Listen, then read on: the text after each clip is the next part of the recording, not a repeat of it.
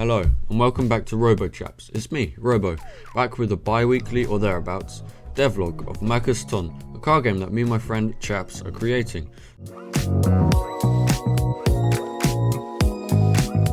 Hope you all had a good Easter if you celebrate it, and if not, that you had a chill weekend. Right, now onto the video.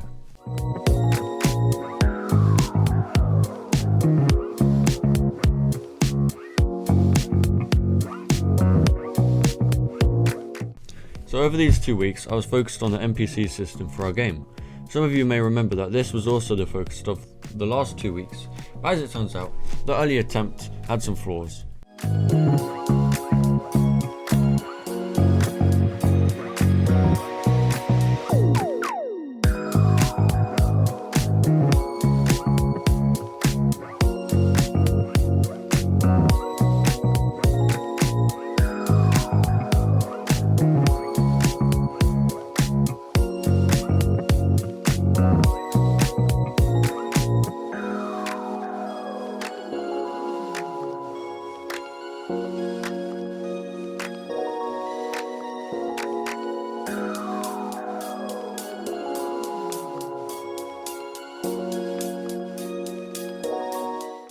Since we don't expect any of you to have perfect memory, it would be desirable for our NPCs to be able to repeat themselves if you want them to. Previously, all dialogue was done and dusted.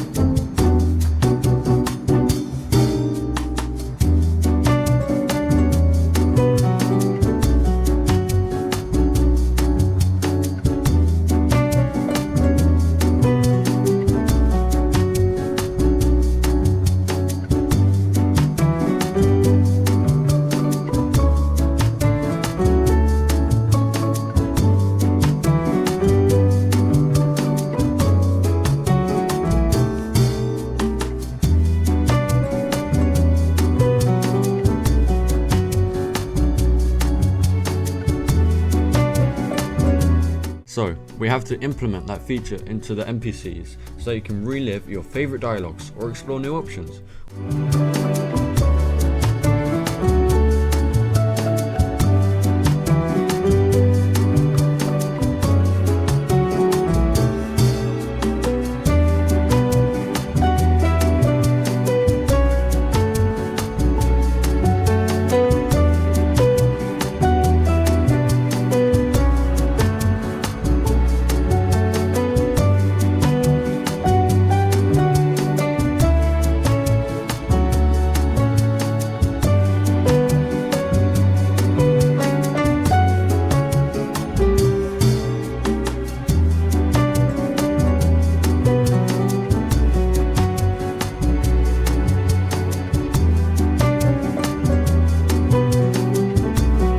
Or who knows, remind yourself of a potential thing or two you might have missed during the first interaction.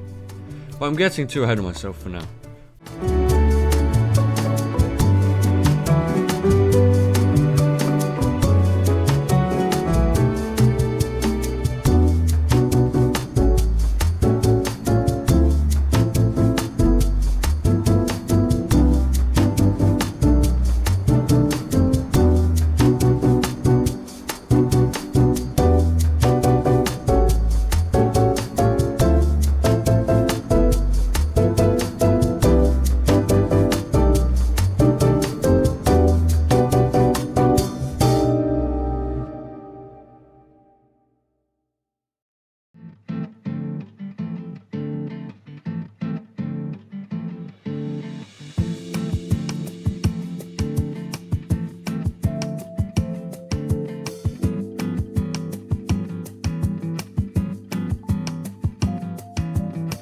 All of this is done through a dialogue base which stores the various dialogue options and routes that the player can take.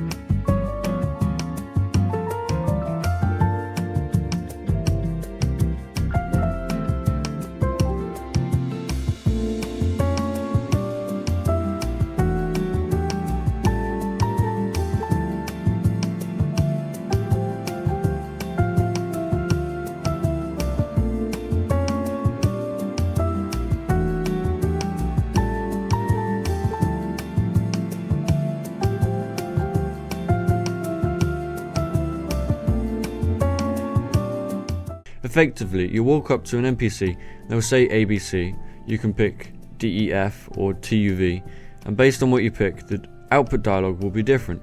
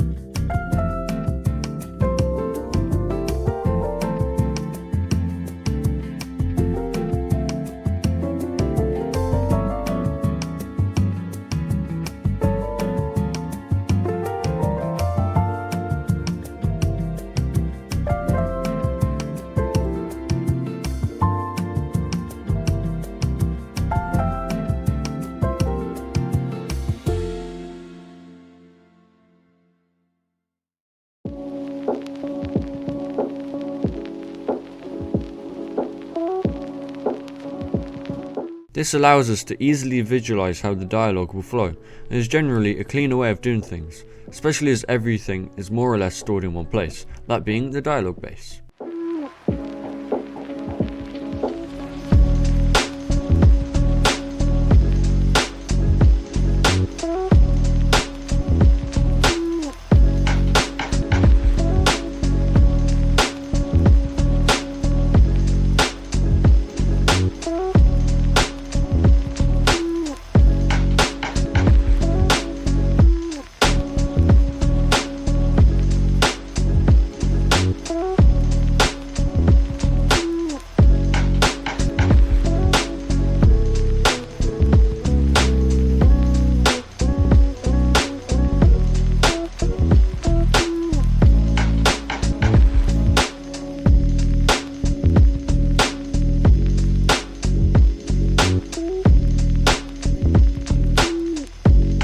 Also, just going to point this out for anyone interested.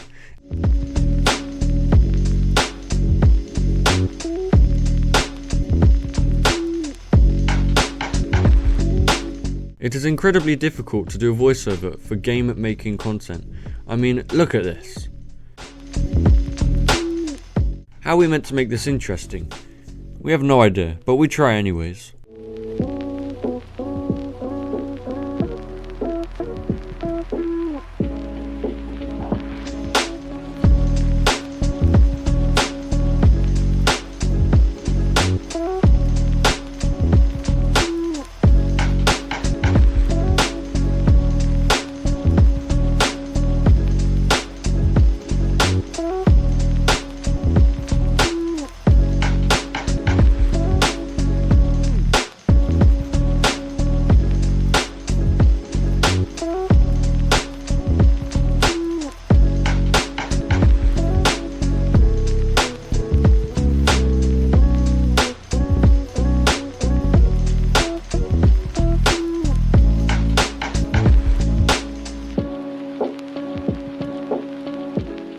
Unreal decided to not like me this day, and by the end, crashes started occurring.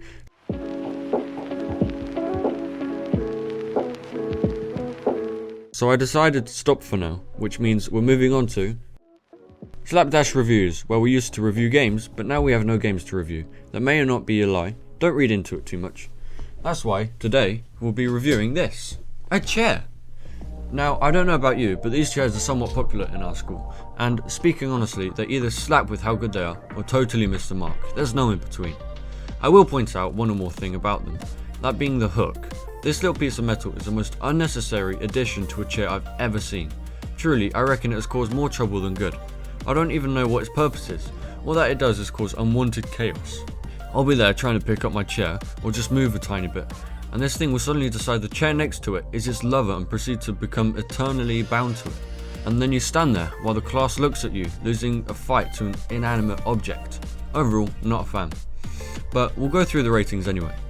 The chair gets a 3 on price, as after a quick search I found 8 for £278.40, meaning one of these is £34.80. For portability it gets a 4, you can stack chairs so they're easy to move. However, I don't want anyone saying that the hooks help with moving a stack of these around. You can do that with other chairs as well. For longevity, the chair gets a 4.5. I'll give it one thing, and that is I don't believe I've ever seen one broken or ever heard a story of one breaking. Unfortunately, for usefulness, the chair gets a 2, as it has 2 uses, sitting and using it as a shield. I rest my case. Now, I don't know who looks at one of these bad boys and thinks, man, that's sick, so I'm gonna have to give this chair a 1 for entertainment. It's really only funny when someone falls off one of these. This concludes this video's slapdash review. Back to the video. Now, for Chap's segment, these 2 weeks, the main focus was getting the mana side of the card sorted out.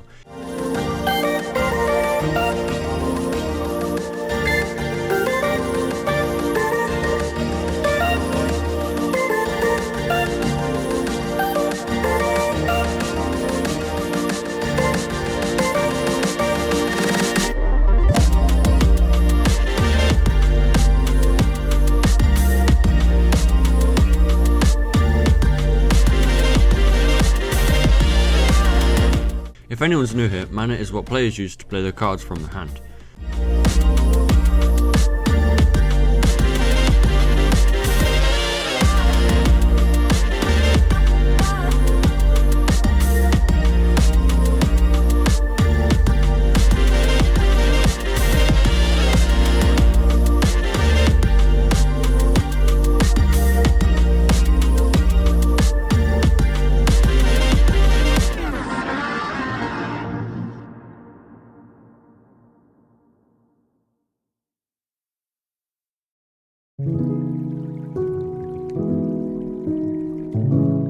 First on the chopping block was adding the mana use and mana destroy values to the cards.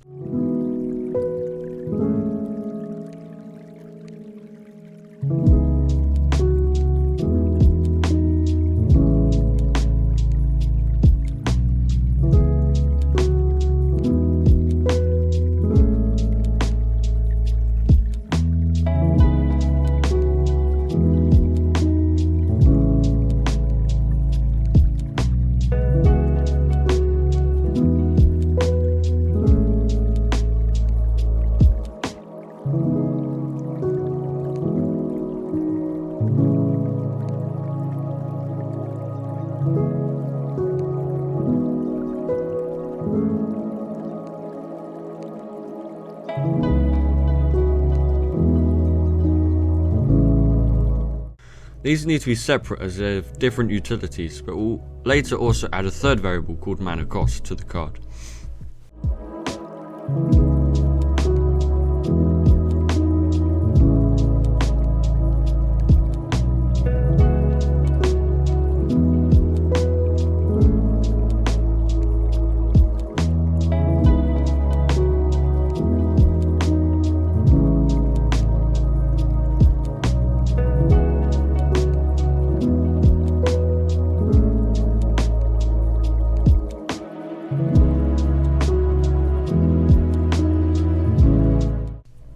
Which is the value we'll be actively checking against to see whether we can play a card. Of course, the player needs to know what the cost of the card they are playing is. That's why Chaps is trying to add it to the widget, which went sort of well. I mean, it's there, you can see it.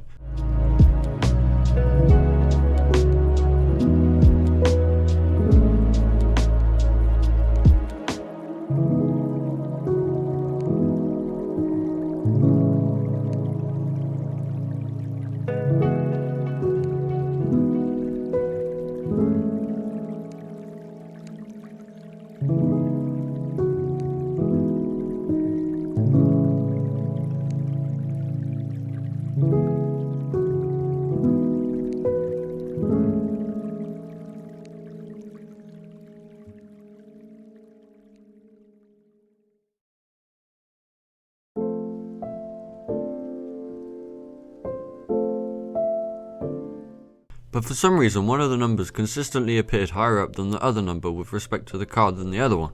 Chaps has no idea why, as the variables were identically set up, but that's a rather small bug to smooth out, so for now we'll roll with it.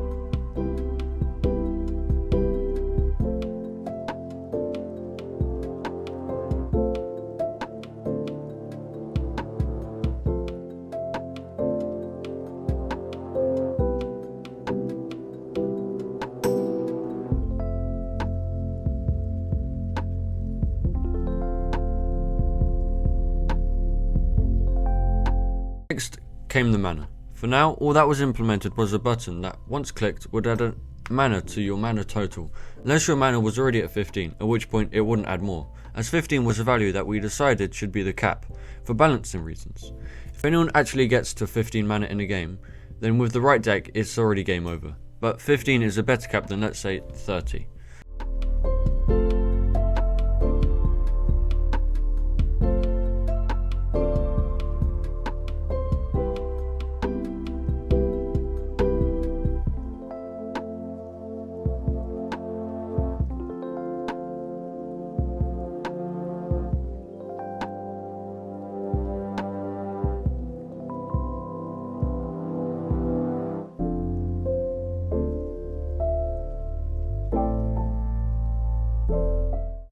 But this proves to be a surprising challenge, so for now it's not finished.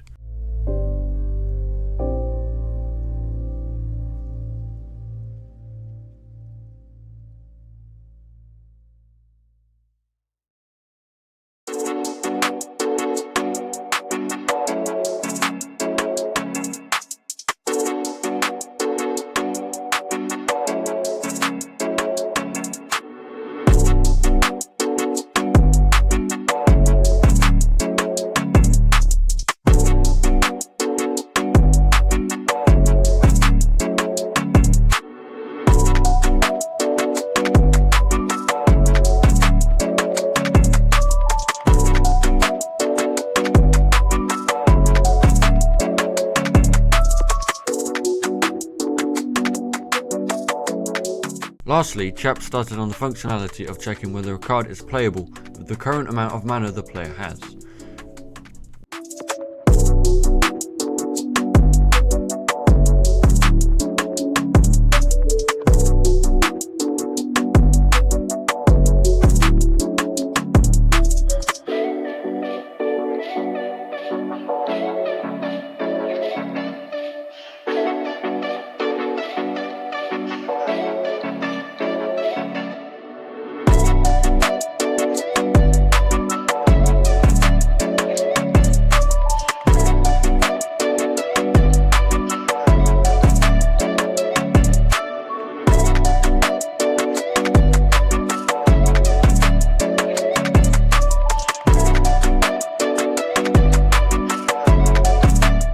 The idea was that once the player drags a card, if they have enough mana, then the console will write something along the lines of card playable.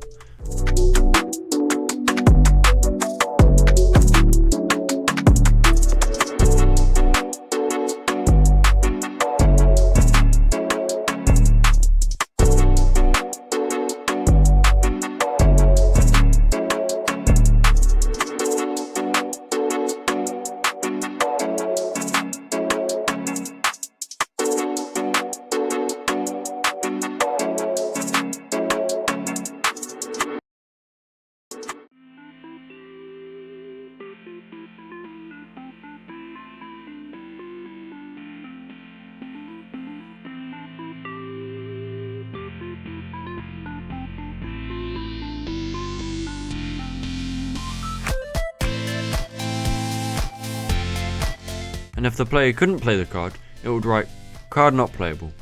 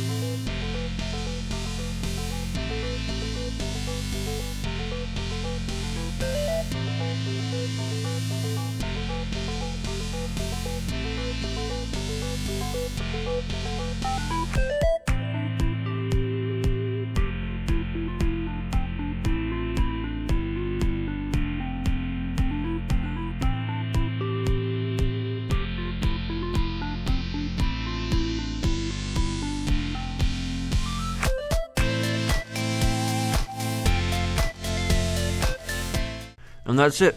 We thank you for watching this video, even if it came out a bit late, and we hope to see you in the next one. Bye.